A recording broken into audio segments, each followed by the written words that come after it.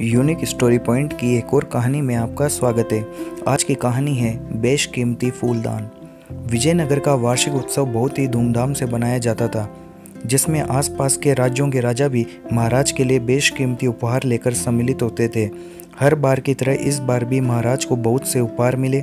सारे उपहार में महाराज को रत्न जड़ित रंग बिरंगे 4 फूलदान बहुत पसंद आए। महाराज ने उन फूलदानों को अपने विशेष कक्ष में रखवाया और उन फूलदानों की रखवाली के लिए एक सेवक भी रख लिया। सेवक रमैया बहुत ही ध्यान से उन फूलदानों की रखवाली करता था, क्योंकि उसे ये काम सौंपने से पहले ही बता दिया गया था कि अगर उन फूलदानों को कोई भी नुकसान पहुंचा तो उसे अपनी जान से हाथ धोना पड़ेगा।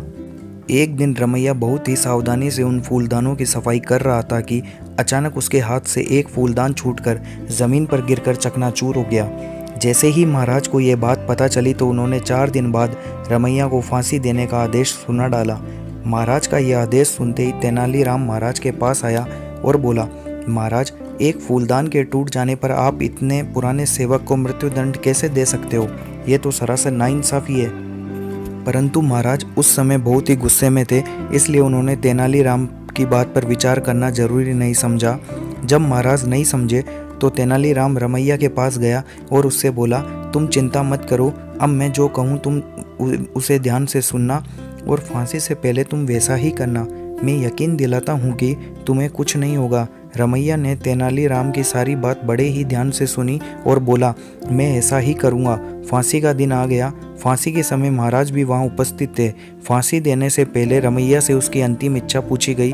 तब रमैया बोला, मैं एक बार बचे हुए 3 फूलदानों को एक बार देखना चाहता हूँ, उनकी वजह से मुझे फांसी पर लटकाया जा रहा है। रमैया की अंतिम इच्छा के अनुसार महाराज उन फूलदानों को लाने का आदेश दिया। अब जैसे ही फूलदान रमैया के सामने आए तो उसने तेनालीराम के कहे अनुसार तीनों फूलदानों को जमीन पर गिराकर तोड़ दिया। रमैया के फूलदान तोड़ते ही महाराज गुस्से से आग बबूला हो गए और चिल्लाकर बोले, ये तुमने क्या किया?